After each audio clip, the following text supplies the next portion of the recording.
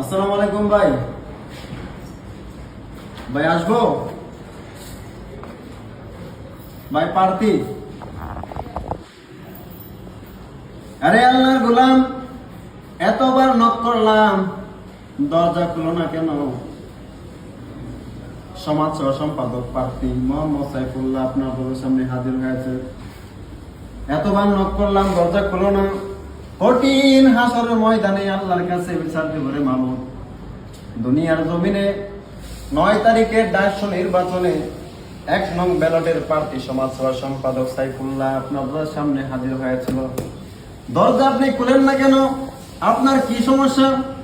7 তারিখ থেকে প্রচারণা বন্ধ হয়ে যাবে, তখন আমার কি অবস্থা হবে? আপনার একটা মূল্যবান ভোট আমার বড় দরকার। দরজা খুলুন, দরজা খুলুন ভাই। আরে বৎস, দরজা খুলো, দরজা খুলো। 1 নং ব্যালটে ভোট চাইতে হবে রে আল্লাহর গোলাম।